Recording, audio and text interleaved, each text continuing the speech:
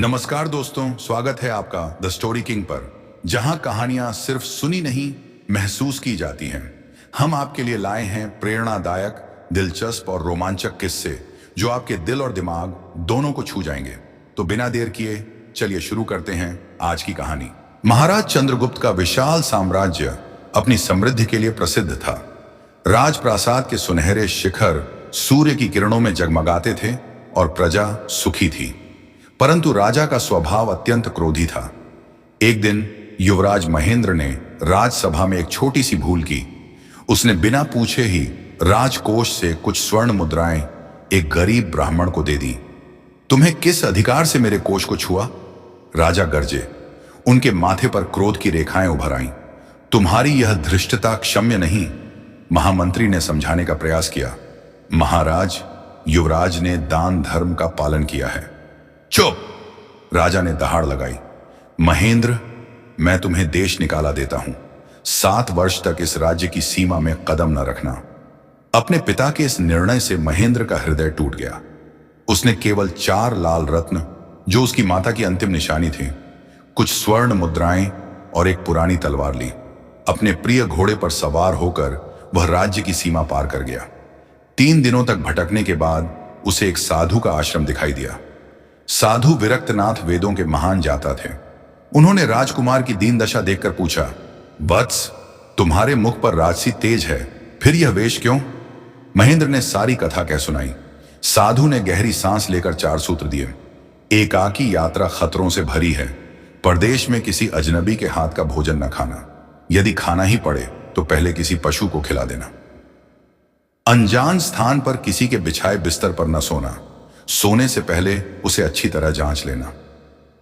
4, जब शत्रु घेर ले तो बल नहीं, बुद्धि से काम लेना। नरम शब्दों में कठोर सत्य कहना सीखो। आश्रम से विदा लेकर महेंद्र घने जंगल में प्रवेश कर गया। अचानक उसकी नजर एक विचित्र दृश्य पर पड़ी। एक विशाल गिद्ध अपने पंजों में एक छोटे कछुए को दबोचे उड़ रहा था। संयोग से कछुआ गिद्ध के पंजों से छूटकर नीचे गिरा। महेंद्र ने देखा कि कछुए का खोल टूट गया है और वह तड़प रहा है। उसने अपने जलपात्र से उस पर पानी डाला और उसे अपनी चादर में लपेट लिया। चिंता मत करो मित्र, अब तुम सुरक्षित हो, राजकुमार ने मुस्कुराते हुए कहा। कछुए ने मानवीय स्वर में उत्तर दिया, तुमने मेरे प्राण बचाए, अब मैं तुम्हारा सच्चा मित्र बनता हूं। मेरा नाम मंथर है। उस रात जब महेंद्र और मंथर एक पेड़ के नीचे विश्राम कर रहे थे, तो पेड़ की डाल पर बैठे काक, कौए और नाग की बातचीत उनके कानों में पड़ी। आज रात का शिकार मिल गया, काक कांव कांव करते हुए बोला। हाँ, मैं 10 लूंगा और तुम आंखें निकाल लेना, नाग ने फुफकारते हुए कहा। महेंद्र चौंक गया। मंथर ने फुसफुसाया, चिंता ना करो, मैं तुम्हारी रक्षा करूंगा। जैसे ही महेंद्र सोया, नाग ने उसे डस लिया। मंथर तुरंत काक पर झपटा और उसकी गर्दन दबोच ली। नाग ने मंथर को काटना चाहा, पर वह अपना सिर खोल में छिपा लेता। मेरे मित्र को छोड़ दो, नहीं तो मैं तेरे काक की गर्दन तोड़ दूंगा, मंथर ने धमकी दी। अंततः नाग ने झुककर महेंद्र के शरीर से विष चूस लिया। जब राजकुमार की आंखें खुली तो मंथर ने सारा वृत्तांत सुनाया। महेंद्र ने साधु को याद करते हुए कहा, सच ही कहा था उन्होंने, 1 से भले 2। 3 दिनों तक निरंतर चलने के बाद महेंद्र और मंथर एक विशाल जंगल के बीचों बीच पहुंचे। हवा में एक अजीब सी गंध थी, मसालों, जलते कोयले और किसी अज्ञात धातु का मिश्रण। मंथर ने अपनी लंबी गर्दन ऊपर उठाई और सूंघकर बोला, सावधान मित्र, यहां से कुछ 100 कदम पर मानव बस्ती है, पर इस गंध से लगता है यह कोई सामान्य गांव नहीं। दोनों आगे बढ़े तो एक विचित्र दृश्य दिखाई दिया। पहाड़ी की तलहटी में एक विशाल गुफा का मुंह था, जिसके आसपास धुएं के कुंड जल रहे थे। 5-6 मजबूत कदकाठी के व्यक्ति तलवारें घिस रहे थे। उनकी आंखों में एक विशेष चमक थी, वह चमक जो केवल लंबे समय तक डाकू जीवन जीने वालों में होती है। अचानक गुफा से एक कर्कश स्वर गूंजा, फिर कोई मुसाफिर फंसा लाए हो? गुफा के प्रवेश द्वार पर एक लंबी काली चोगा पहने युवती प्रकट हुई। उसके हाथ में एक विचित्र यंत्र था, तांबे की प्लेटों से बना कुछ ऐसा जो सूर्य की रोशनी में चमक रहा था। बहन, इस बार हमने एक राजकुमार जैसा युवक पकड़ा है, एक डाकू ने हाथ जोड़कर कहा। काली की आंखें चमक उठी। उसने महेंद्र की ओर देखा और अपने यंत्र को घुमाया। यंत्र की सुई तेजी से घूमकर महेंद्र की जांघ की ओर इशारा करने लगी। हाँ हाँ, इसके पास अद्भुत रत्न है, वह फुसफुसाई। महेंद्र को गुफा के भीतर ले जाया गया। वहां का दृश्य भयावह था। दीवारों पर विभिन्न यात्रियों के कपड़ों के टुकड़े टंगे थे। एक कोने में हड्डियों का ढेर, मध्य में एक विशाल तांबे का कटोरा जिसमें किसी अज्ञात द्रव्य का धुआं उठ रहा था। काली ने महेंद्र के सामने घुटने टेक दिए। सुनो राजकुमार, तुम्हारे पास जो 4 लाल रत्न हैं वे मेरे लिए बहुत महत्वपूर्ण हैं। उन्हें दे दो और मैं तुम्हें जीवन दान दे दूंगी। महेंद्र ने साधु की चौथी सीख याद की, नरमी से पेश आना। उसने गहरी सांस लेकर कहा, सुंदरी, ये रत्न मेरी मृत माता की अंतिम निशानी है। क्या तुम्हारा हृदय एक पुत्र से उसकी मातृ स्मृति छीनने देगा? काली के चेहरे पर एक क्षण के लिए संवेदना झलकी, पर तुरंत ही वह फिर से कठोर हो गई। भावुकता? हम ठगों के लिए यह शब्द व्यर्थ है। तभी गुफा के पिछले द्वार से एक दूसरी युवती प्रवेश करती दिखाई दी। वह काली से भिन्न थी। उसकी आंखों में करुणा थी, चाल में लचक। उसने महेंद्र की ओर देखा और उसकी आंखों में एक विशेष चमक आ गई। बहन, इस युवक को मत मारो, उसने मधुर स्वर में कहा। इसे हमारे यहां कुछ दिन रुकने दो, शायद यह हमारे लिए कोई उपयोगी जानकारी दे सके। काली ने कुछ सोचा, फिर ठंडे स्वर में बोली, ठीक है गौरी, तुम्हारी इच्छा, पर याद रखो 7 दिन बाद मैं अपना काम करूंगी। जब सभी सो गए, गौरी चुपके से महेंद्र के पास आई। राजकुमार, मैं तुम्हारी रक्षा करूंगी। मेरी बहन ने अब तक सैकड़ों यात्रियों को मार डाला है, पर मैं उसके जैसी नहीं हूं। महेंद्र ने पूछा, तुम इस नरघातिनी के साथ क्यों रहती हो?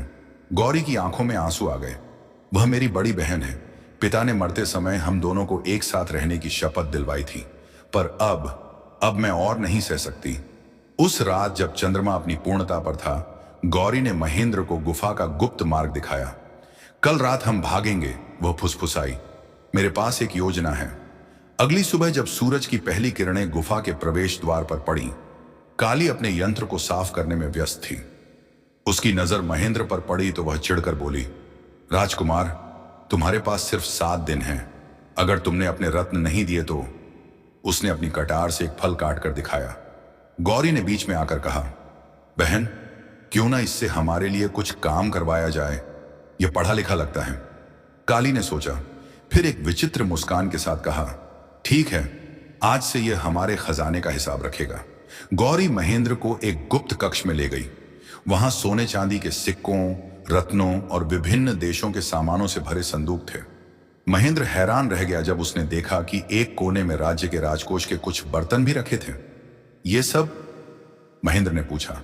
गौरी ने दुखी स्वर में कहा, हां, मेरे पिता और बहन ने वर्षों से यात्रियों को लूटा है, पर मैंने कभी किसी को नहीं मारा।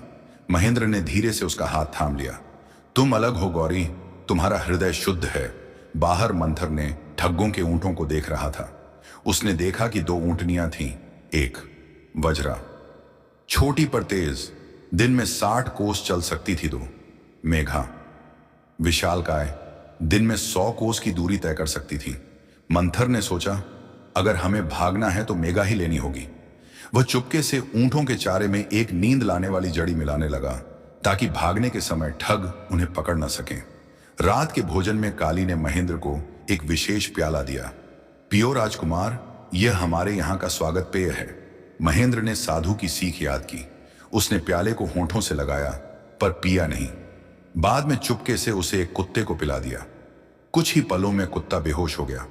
गौरी ने यह देखा तो वह कांप उठी। उसने महेंद्र से कहा, हमें कल रात ही भागना होगा, मेरी बहन को शक हो गया है। गौरी ने महेंद्र को एक छोटा थैला दिया। सूखे फल और पानी की मशक, एक छोटी खंजर, कुछ कीमती रत्न जिन्हें वह बाजार में बेच सकते थे। मंथर ने रात के अंधेरे में मेघा ऊंटनी की रस्सियां काट दी। पर तभी, तो यह है तुम्हारी मित्रता गौरी? काली अचानक आ पहुंची। उसके हाथ में जलती मशाल थी। मैं जानती थी कि तुम इस राजकुमार के पीछे पागल हो गई हो। गौरी साहस बटोरकर बोली, हां बहन, मैं इससे प्रेम करती हूं और मैं तुम्हारे इस खूनी जीवन से दूर जा रही हूं। काली ने कटार निकाल ली, तो फिर तुम दोनों की मौत एक साथ होगी। तभी मंथर ने एक चाल चली। उसने अपने मुंह से मशाल पर पानी की फुहार मारी, जिससे अंधेरा छा गया। इस अवसर पर महेंद्र ने गौरी का हाथ पकड़ा। दोनों मेघा ऊंटनी पर कूदे। मंथर पीछे बैठ गया। जैसे ही ऊंटनी दौड़ी, काली का क्रंदन सुनाई दिया। लौट आओ, मैं तुम्हें जीवित नहीं छोड़ूंगी। मेघा तेजी से जंगल के रास्ते भाग रही थी। पीछे से ठगों के घोड़ों की टापें सुनाई दे रही थीं। महेंद्र ने गौरी को कसकर पकड़ रखा था, जो डर से कांप रही थी। मंथर ने कहा, डरो मत, मैंने उनके घोड़ों के चारे में भी नींद की जड़ी मिला दी थी। सचमुच कुछ ही देर में पीछे की आवाजें धीमी पड़ गईं। पर तभी नया संकट आया। सामने से एक विशाल नदी बह रही थी। गौरी चिल्लाई, यह नदी तो वर्षा के दिनों में ही पार होती है, अब क्या करेंगे? महेंद्र ने मेघा की गर्दन थपथपाई। तुम समझदार हो मेघा, हमें बचा लो। आश्चर्यजनक रूप से ऊंटनी नदी में कूद गई और तैरने लगी। बीच नदी में तेज बहाव था, पर मेघा स्थिर रही। जब वे दूसरे किनारे पहुंचे तो सूरज उगने लगा था। थोड़ी दूर चलकर उन्हें एक परित्यक्त मंदिर मिला। महेंद्र ने गौरी के कांपते हाथों को सहलाते हुए कहा, अब हम सुरक्षित हैं। तुमने बहुत साहस दिखाया। गौरी की आंखों में आंसू थे। पर मेरी बहन, वह कभी नहीं छोड़ेगी। मंथर ने समझदारी से कहा, चिंता मत करो, अब हम उससे कहीं ज्यादा चालाक होंगे। महेंद्र ने अपनी तलवार निकाली और धूप में चमकाते हुए कहा, अब हमें अपने नए जीवन की योजना बनानी होगी। जब काली ने देखा कि गौरी और राजकुमार भाग चुके हैं तो उसका क्रोध एक भयानक रूप ले लिया। उसने अपने ठग्गों को आदेश दिया, सभी 7 घोड़े सजाओ, हर दिशा में खोजो, उस राजकुमार के टुकड़े टुकड़े कर दो। उसने अपने विशेष यंत्र को तेजी से घुमाया, जो अब भी महेंद्र की ओर संकेत कर रहा था। चाहे जहां भी छिप जाए, मेरा रत्न अन्वेषक यंत्र उन्हें ढूंढ निकालेगा। महेंद्र, गौरी और मंथर 3 दिनों तक निरंतर चलते रहे। तीसरे दिन शाम को उन्हें दूर एक विचित्र दृश्य दिखाई दिया। पहाड़ियों के बीच एक प्राचीन नगर के खंडहर, जिसके मध्य में एक विशाल शिव मंदिर खड़ा था। गौरी की आंखें चमक उठीं। यह तो अमरगढ़ है। मेरे पिता ने बताया था कि यहां एक समय में विशाल खजाना छिपा था। मंथर ने सावधान किया, पर यहां भूतों का डेरा भी माना जाता है। महेंद्र ने निर्णय लिया, चलो हमें रात यहीं बितानी चाहिए। कम से कम ठग हमें यहां नहीं ढूंढ पाएंगे। रात्रि में जब चंद्रमा निकला तो मंदिर के प्रवेश द्वार पर अजीब प्रकाश चिन्ह उभर आए। महेंद्र ने ध्यान से देखा। ये संस्कृत के श्लोक थे। यह खादति स्वयं न तू, यह पचती न स्वयं, स एव अमरताम याति, नान्य कश्चन मानव। जो स्वयं नहीं खाता, जो स्वयं नहीं पकाता, वही अमर होता है, कोई अन्य नहीं। गौरी ने समझाया, यह कोई पहेली है, शायद खजाने तक पहुंचने की कुंजी। तभी अचानक मंदिर के भीतर से एक गहरी आवाज गूंजी, जो प्रवेश करेगा वह सत्य का सामना करेगा। साहस जुटाकर तीनों ने मंदिर में प्रवेश किया। भीतर का दृश्य अद्भुत था।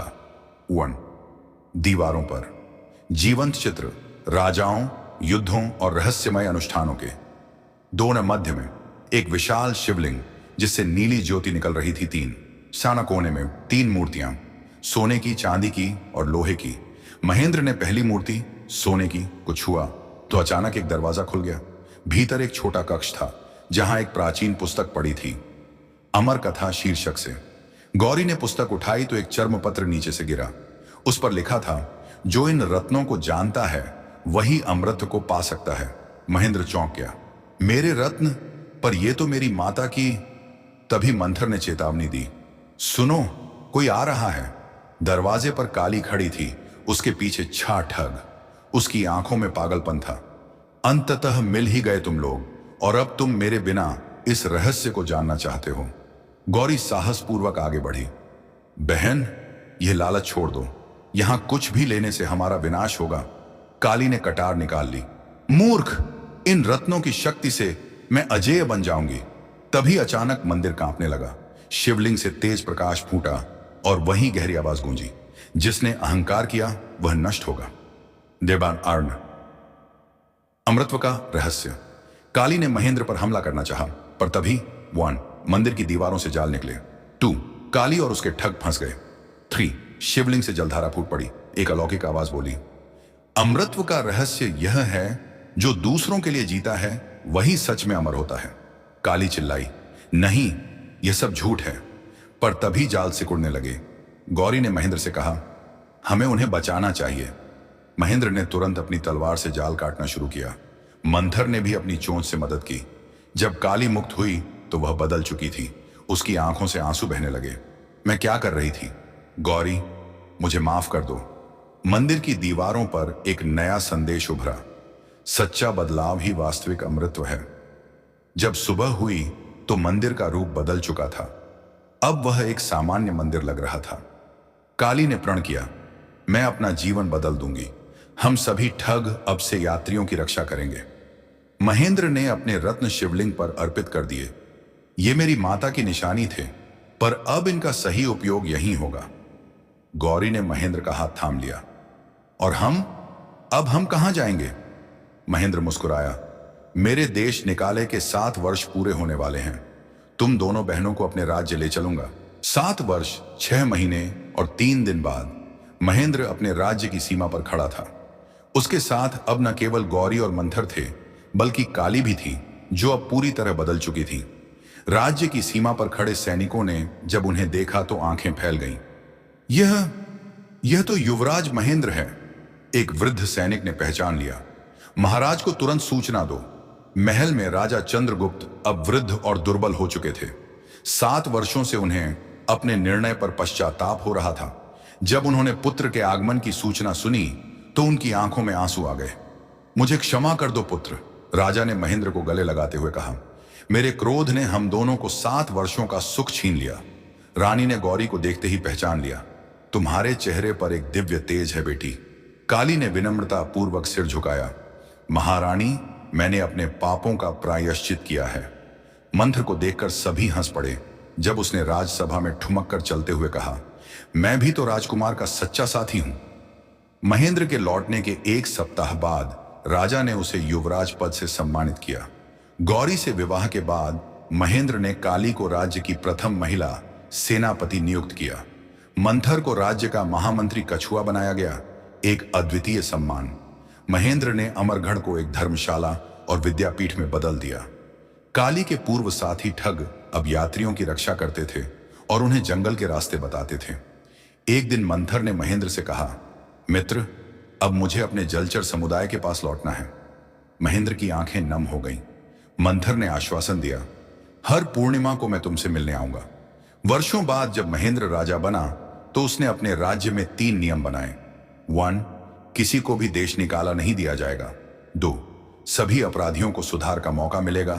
3, जानवरों के साथ दया का व्यवहार किया जाएगा। गौरी और महेंद्र के 2 पुत्र हुए। एक का नाम मंथर रखा गया, दूसरे का नाम विरक्त, साधु के सम्मान में। डरण अंतिम शिक्षा।